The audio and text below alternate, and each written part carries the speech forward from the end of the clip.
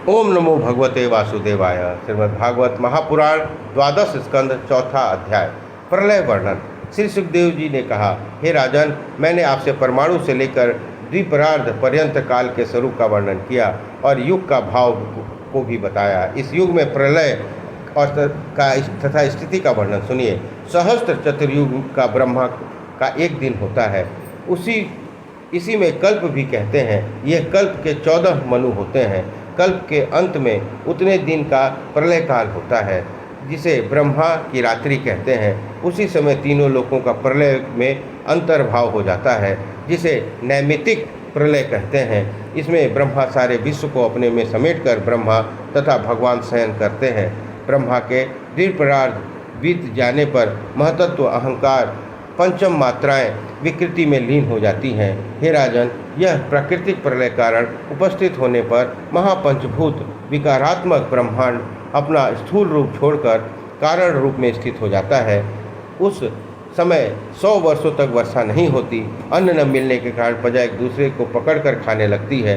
उस प्रलय में उस समय कराल काल से परिपीड़ित प्रजाएं धीरे धीरे नष्ट हो जाएंगी और सर्वार्थक सूर्य अपनी किरणों से समुद्र देह पृथ्वी के रस का शोषण कर लेगा। उस समय संकर्षण भगवान के मुख से सावर्तक नाम की अग्नि उत्पन्न होगी, जो वह वायु के वेग से प्रचंड होकर तल, अतल इत्यादि भूमंडल को जला देती है। अग्नि और सूर्य की शाखाएं चारों ओर से इस भूमंडल को जब जलाने लगती हैं, तब ऐसा मालूम होता है जब मानो धधकता हुआ गोमय पिंड है।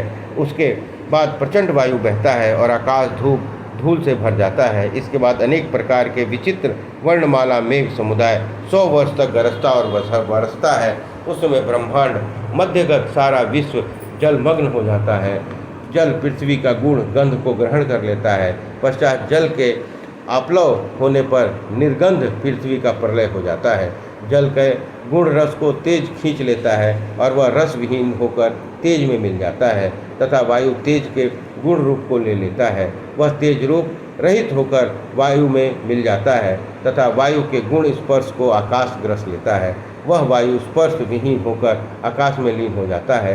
आकाश के गुण रूप को तामस अंधकार अपने में मिला लेता है। तेजस अंधकार इंद्रियों की तथा इंद्रियाधृष्टादि देवता और इंद्रिय वृत्तों को वैकारिक अहंकार ग्रस लेता है। इस प्रकार अहंकार को महतत्व और महतत्व को सत्यवादी गुण ग्रस लेते हैं तथा सत्यवादी गुण को अव्यक्त प्रकृति काल के अवयव, वर्ष, मास, पक्ष इत्यादि द्वारा परिमाणादि विकार नहीं होते। वह आदि अंत रहित, विकार शून्य, हर्ष और वृद्धि से रहित तथा क्षय शून्य सबका कारण है, जिनमें मन, वाणी, सत्व, रज, तम के गुण और महदादि विकार, प्राण, बुद्धि, इंद्रिय और सब इंद्रियों के देवताओं की रूप रचना विशेष नहीं होती। उस समय स्वप्न अवस्था, जागरण अवस्था और सुप्ति नहीं रहती। आकाश, जल, बुद्धि, भूमि, अग्नि, सूर्य, वायु नहीं रहते।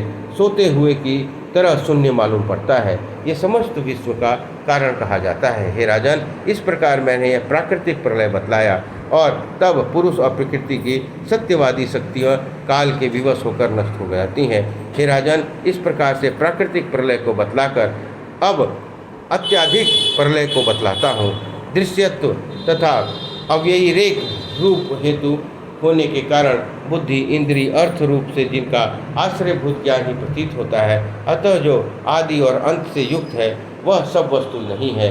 जिस प्रकार दीप, चक्षु, रूप तेज से पृथक नहीं है, उसी प्रकार बुद्धि, इंद्रिय और इसके विषय एवं तन्मात्राओं ब्रह्म से भिन्न नहीं है, क्योंकि ये ब्रह्म के कार्य हैं। यद्यपि कारण रूप ब्रह्म पूर्वोक्त कार्य प्रपंच ब्रह्म से भिन्न है, यद्यपि प्रपंच ब्रह्मा से भिन्न नहीं है। इसलिए आर्य के अभाव के कारण अभाव मानना सर्वथा असंभव है। हे राजन, जागरण, स्वप्न, सुसुप्ति ये तीनों अवस्थाएं बुद्धि की हैं। अतः इसके कारण प्रत्यागात्मा में जो विश्व तेजस प्राज्ञ की प्रतीति होती है वह माया मात्र है। जिस प्रकार मेघ आकाश में कभी होते हैं, कभी नहीं भी होते हैं, पर आकाश ज्यों का त्यों बना रहता है, उसी प्रकार विश्व कभी ब्रह्म में प्रतीत होता है और कभी नहीं, पर ब्रह्म की प्रतीति सर्वथा होती है। इस विश्व अवयवी होने के कारण अद्यांतवत है, अतएव मिथ्या है। हे राजन, संसार में जितने भी अव्ययी पदार्थ हैं उसके न रहने पर भी उसका अन्वय सत्य माना जाता है, क्योंकि यह कारण स्वरूप है। जैसे वस्त्र के न होने पर भी उसके कारणभूत सूत की प्रतीति होती है, उसी प्रकार अव्ययी न रहने पर भी अव्यय की प्रतीति होती है। इसलिए जगत का कारणभूत ब्रह्म इसके न रहने पर भी अपना अस्तित्व रखता है। यहाँ ब्रह्म में इस कार्य भाव भी काल्पनिक है, क्योंकि कारण सामान्य वस्तु है, कार्य विशेष वस्तु है। जिस प्रकार सामान्य और विशेष अन्योन्याश्रित है, इसलिए वे आदि और अंत से मुक्त हैं। यह सब अवश्य ही नश्वर है। प्रकाशमान अणु विकार भी आत्मा के बिना निरूपणीय नहीं हो सकता। यदि आत्मा के से पृथक इसका निरूपण किया भी जाए तो वह चिद्रूप की तरफ स्वयं प्रकाशमान और आत्मा के भांति एक रूप सिद्ध होगा। इसलिए इसकी कल्पना आत्मा के अतिरिक्त नहीं कर सकते हैं। सत्य वस्तु का नाना तत्व विद्वान लोग स्वीकार नहीं करते। यदि स्वीकार करते हैं तो सिर्फ वे फिर विद्वान नहीं हैं, क्योंकि नाना तत्व असत्य का मूल है। यदि कोई सत्य को मानता है तो उसका मानना उसी प्रकार होगा जैसे महाकाश, घटाकाश का आकाश में स्थित सूर्य तथा जल का प्रतिबिंबित सूर्य का ब्रह्म वायु अंतः स्थित वायु का भेद मानना। जिस प्रकार एक ही सुवर्ण का कुंडल, कंकड़ इत्यादि अनेकों रूप में परिवर्तित कर अपना व्यवहार चलाते हैं, उसी प्रकार द्विजन लौकिक वैदिक मंत्रों के द्वारा आत्मस्वरूप एक ब्रह्म का ही अनेकों प्रकार से स्तवन और पूजन करते हैं। जैसे मेघ सूर्य से उत्पन्न होकर तथा उससे ही प्रकाशित होने पर उसे ढक लेता है, वैसे ही अंधकार ब्रह्म से उत्पन्न होता है और प्रकाशित भी, किंतु ब्रह्म के अंश जीवों को आच्छादित कर ब्रह्म प्राप्ति में बाधक बन बैठता है। जब मेघ जो कि सूर्य से उत्पन्न होता है तितर बितर हो जाता है, जब चक्षु इंद्रिय अपने स्वरूप सूर्य को देखने में असमर्थ होती है, उसी प्रकार जीव हृदय में उत्पन्न जिज्ञासा के द्वारा आत्मा के उपाधिभूत अहंकार के नष्ट हो जाने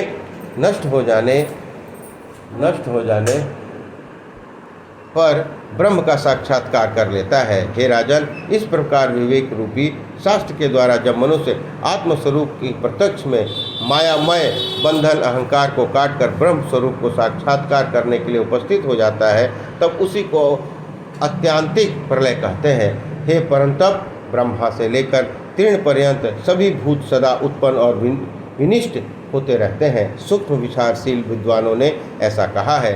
नदी, प्रवाह, दीपशिखा आदि विश्व के सभी पदार्थ क्षण क्षण में बदलते रहते हैं। इसके यह समझा जाता है कि बड़े वेग से देह की प्रतिरक्षण काल रूप स्रोत में बहकर बदला करता है, इसलिए क्षण क्षण के उनकी उत्पत्ति और प्रलय होता है। यदि यह संदेह करें कि प्रतिरक्षण बदलने वाली अवस्था दृष्टिगोचर क्यों नहीं होती, तो ऐसे आकाशमंडल के तारों के प्रतिरक्षण विहरण करने पर उसकी गति स्पष्ट रूप से प्रतीत नहीं होती। वैसे ही आदि अनंत काल रूपी ईश्वर के कारण प्रतिरक्षण प्राणियों की प्रगमनशील उत्पत्ति प्रगति प्रतीत नहीं होती। हे राजन, नित्य प्रलय, नैमित्तिक प्रलय, प्राकृतिक प्रलय, अत्यांतिक प्रलय मैंने कह दिया है, क्योंकि इसे विस्तार रूप से कहने में ब्रह्मा ने भी समर्थता नहीं है।